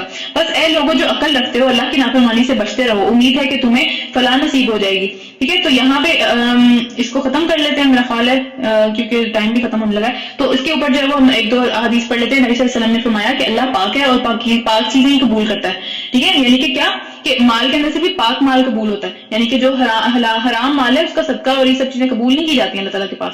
اسی طرح کلمات کے اندر بھی جو اچھے کلمات ہوتے ہیں، جو نہایت پاکیزہ اور خوبصورت کلمات ہیں، اللہ تعالیٰ نے تو اپنے نبی کے ذریعے ہمیں بھی سکھائے ہیں، جس طرح سبحان اللہ، الحمدللہ، لا الہ الا اللہ. ٹھیک ہے. تو یہ سارے بہت پاک کلمات ہیں، تو اللہ تعالیٰ ان کے ذریعے دعائیں بھی قبول کرتا ہے. یہ سارے پاک کلمات ہیں. اسی طرح ہر چیز، اولاد بھی، اگر اولاد کو بھی ہم کہتے ہیں اللہ تعالیٰ کی راہ میں لگانا ہے تو اللہ تعالیٰ کی راہ میں لگانے کے لیے اس کو پاکیزہ تعلیمات دینی پڑیں گی، تبھی اس کی طبیعت بھی پاکیزہ ہوگی اور اس کے بعد جو ہے اللہ تعالیٰ اس کو قبول بھی کریں گے. تو یہ سارے معاملات ہیں اور اللہ تعالیٰ ہم سب کو جو ہے وہ اندرونی اور بیرونی دونوں پاکیاں عطا فرمائے اور ہماری زندگیوں کو پاک کر دے اور ہم سے بھی سارے اعمال ہمارے جو ہے وہ قبول فرما لے اور ہمیں جو ہے نا برائیوں سے جتنی بھی حدیں اللہ تعالیٰ نے ہم پہ لگائی ہیں ساری کی ساری، کافی ساری ہم پڑھ چکے ہیں، بہت کم رہ گئی ہیں اب آگے، تو ان سب کی جو ہے وہ پابندی کرنے کی توفیق عطا فرمائے تاکہ ہم بچ سکیں آخر میں. اور صرف ہم خود سیکھیں نہیں، باقی سب کو بھی سکھائیں جتنا ہمارے اپنے اخلاق سے، اپنے اعمال سے، اپنے زبان سے. ٹھیک ہے. تو کیونکہ سب سے زیادہ جو تبلیغ ہوتی ہے، سب سے زیادہ جو آگے پھیلانے والی بات ہوتی ہے وہ اخلاق سے ہوتی ہے، وہ منہ سے نہیں ہوتی. ٹھیک ہے. کیونکہ لوگ سنتے نہیں ہیں، لوگ دیکھتے ہیں. تو اس لیے جو ہے وہ اللہ تعالیٰ ہم سب کے اعمال کو بہتر کریں، اخلاق کو بہتر کریں، ہماری زبان کو بہتر کریں اور ہمیں جو ہے وہ ایک دوسرے کا اچھائیوں میں ساتھی بنائیں. آمین. ربنا تقبل منا انک انت السمیع العلیم وتب علینا انک انت التواب الرحیم.